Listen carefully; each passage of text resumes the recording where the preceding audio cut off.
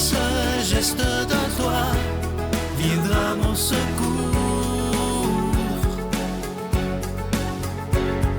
Viens semer dans mon âme le grain de l'amour. Je traverse un désert et je meurs de soif. Montre-moi le mystère qui garde la foi. Bonjour, bienvenue à votre émission La Victoire de l'amour ce mercredi 14 décembre 2022. Nos préparatifs de Noël vont bon train vers un Noël qui a plus de sens. Et je le disais les semaines passées, l'amour, c'est ce qui s'incarne à Noël. Est-ce que l'amour va s'incarner dans nos familles à Noël cette année? Oui, c'est ça la réponse, oui. Et un bon exemple, un bon moyen, c'est de prêter des bonnes intentions à ceux qui nous entourent. Et de se dire, bon, si on a eu l'impression qu'il y a eu un manque d'amour ici ou là, c'était une maladresse. On excuse, on dit, ah, il a voulu bien faire, puis il a été maladroit. C'est un bon moyen de rester dans la bienveillance, dans l'amour. Prêtons des bonnes intentions. Et l'exemple suprême, c'est avec la Bible. Dans l'Ancien Testament, on avait des fois des condamnations, malheur à ceci, puis malédiction. C'était maladroit pour dire « Attention, le Seigneur nous veut heureux » et ça, c'est un chemin de malheur. Prenez plutôt tel chemin qui mène au bonheur, qui mène à Dieu, qui mène à l'amour, à la miséricorde. C'était maladroit pour dire la même chose. Et dans le livre de Sophonie, c'est un texte qui me touche beaucoup et je voulais vous prêter mon regard pour qu'on apprenne ensemble encore plus à mettre de l'amour, à mettre de la foi et de la confiance. Sophonie, chapitre 3. Malheur à la rebelle, à l'impure. Elle n'a pas écouté l'appel, elle n'a pas accepté la leçon, elle n'a pas fait confiance au Seigneur et de son Dieu, elle ne s'est pas approchée. Si on prend tout ça en prêtant la bonne intention de l'amour et de la bienveillance d'un Dieu qui nous regarde et qui nous dit « Attention, mon enfant, je te veux heureux, je veux pour toi un Noël plein de sens. » C'est pas « Arrête d'aller dans les magasins, ne fais pas de cadeaux. » Non, c'est pas ça. Noël n'est pas qu'une fête commerciale. C'est bien d'aimer en offrant des cadeaux à ceux qu'on aime. Mais attention, l'essentiel n'est pas le cadeau, c'est l'amour. Donc, les quelques interpellations du prophète, c'est la rebelle. Bien, c'est ça. Quand on se dévie du chemin de l'amour, on peut tomber dans la confusion, dans du trouble, dans l'angoisse, dans l'anxiété, dans l'inquiétude, le stress. Si on se rappelle, l'essentiel, c'est l'amour. Quand on se rappelle que l'essentiel, c'est l'amour, tout devient plus léger, plus simple, plus lumineux. Hein? C'est le chemin droit, l'autoroute, si on veut. Donc, quand le Seigneur dit, par la voix du prophète, « Malheur à la rebelle », c'est « Reste dans le chemin de l'amour et tu vas être heureux et non malheureux. » Elle n'a pas écouté l'appel. Bien, c'est ça. Entendons l'appel aujourd'hui des prophètes des temps modernes qui disent « L'amour, c'est la seule chose qui compte en vérité. Hein? C'est le plus important. Le reste est important aussi, mais mettons les priorités aux bonnes places. Acceptons la leçon avec humilité, puis moi la première, de « Attention, si on veut un Noël qui a du sens, mettons l'amour à la première place. » Et pour ça, quand on n'y arrive pas, faisons confiance au Seigneur, remettons les situations compliquées dans les mains du Seigneur par une petite prière le matin. « Seigneur, occupe-toi-en donc. » Et on va pouvoir contempler sa gloire, sa puissance, son action dans nos vies.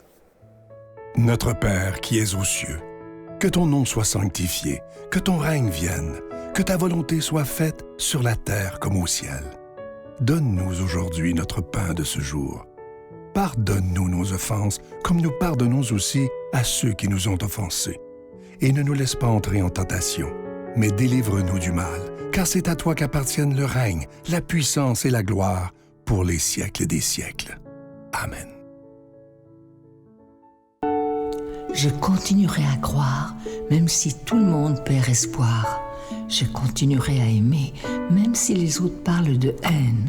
Je continuerai à construire, même si les autres détruisent.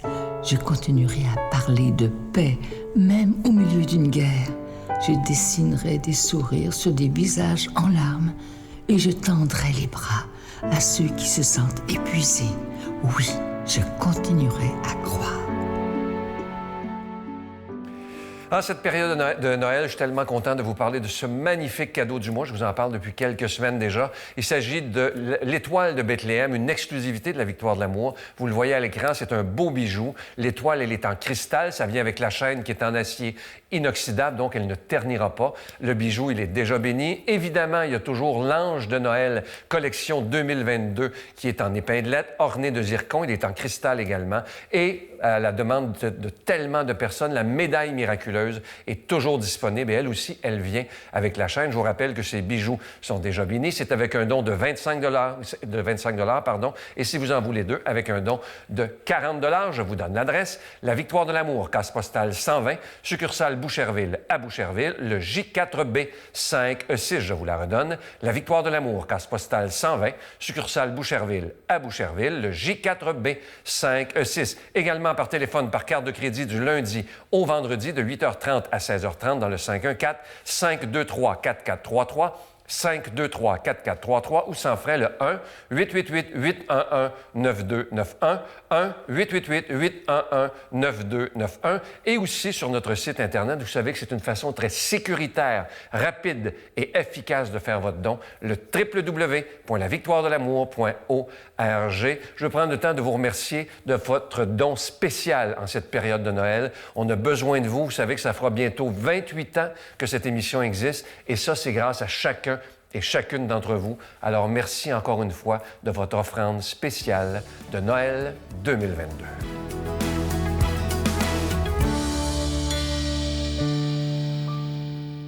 Mon Dieu, donnez-moi la sérénité d'accepter les choses que je ne peux changer, le courage de changer les choses que je peux et la sagesse d'en connaître la différence. Amen. On rejoint pour l'homélie le bon père Stéphane Roy.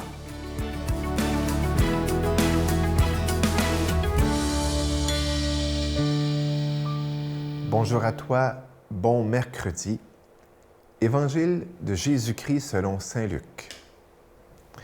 Jean-Baptiste appela 2 de ses disciples et les envoya demander au Seigneur: « Es-tu celui qui doit venir ou devons-nous en attendre un autre? » Arrivés près de Jésus, ils lui dirent: « Jean-Baptiste nous a envoyé te demander: « Es-tu celui qui doit venir ou devons-nous en attendre un autre? » À ce moment-là, Jésus guérit beaucoup de malades, d'infirmes et de possédés. Et il rendit la vue à beaucoup d'aveugles. Puis, il répondit aux envoyés: « Allez rapporter à Jean ce que vous avez vu et entendu. Les aveugles voient, les boiteux marchent, les lépreux sont purifiés, les sourds entendent, les morts ressuscitent, et la bonne nouvelle est annoncée aux pauvres. Heureux celui qui ne tombera pas à cause de moi. »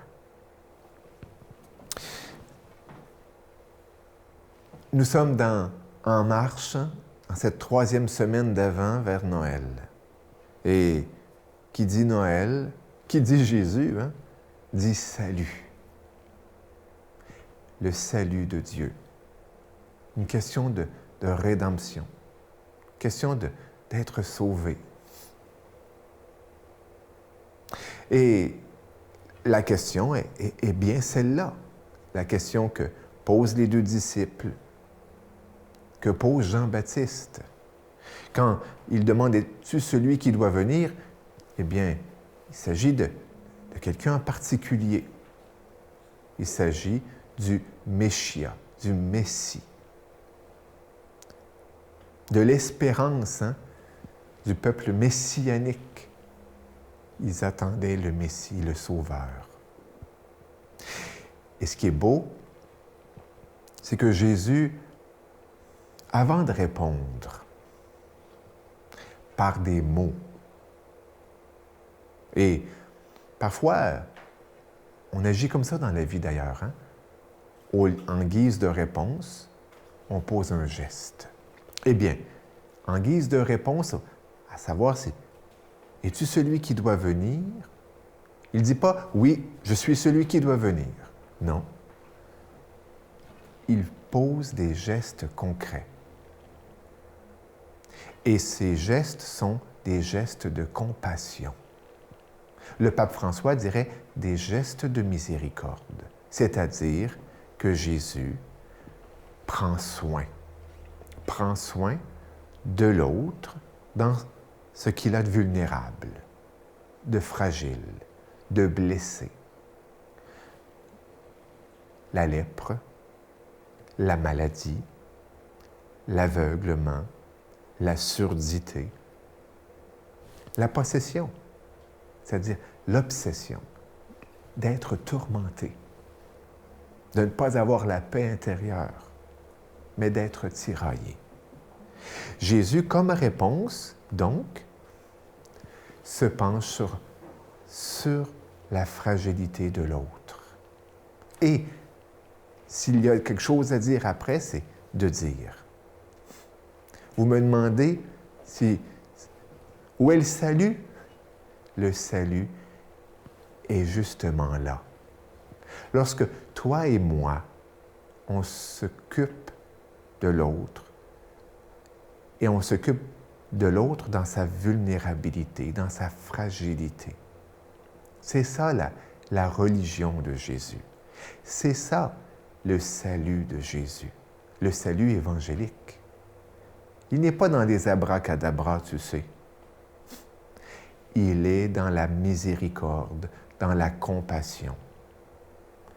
Et à chaque génération, le salut a à advenir, comme à chaque année, Noël a à advenir. D'ailleurs, c'est le mot originel de avant, adventus. Donc, en marche vers Noël, eh bien, notre prière pourrait être de demander à Dieu que nous prenions soin de nous-mêmes et des autres dans ce qu'il y a de plus fragile en nous. Parce que c'est ça être sauvé. C'est ça annoncer la bonne nouvelle. La miséricorde. Dieu ne veut pas des sacrifices. Il veut la miséricorde. Que le Seigneur, en cette belle journée où on célèbre aussi la fête de Saint Jean de la Croix, nous bénisse et nous garde. Amen. Je vous salue Marie, pleine de grâce. Le Seigneur est avec vous. Vous êtes bénie entre toutes les femmes, et Jésus, le fruit de vos entrailles, est béni. Sainte Marie, Mère de Dieu, priez pour nous pécheurs, maintenant et à l'heure de notre mort. Amen.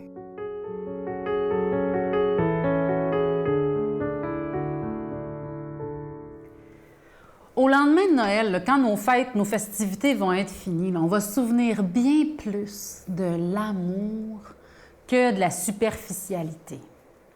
Donc, c'est juste pour nous rappeler que notre fête, notre fiesta, dépend bien plus de la qualité de l'amour que de la quantité de cadeaux, de la quantité de plats qu'on va manger, de la beauté de nos vêtements, de nos coiffures et maquillages.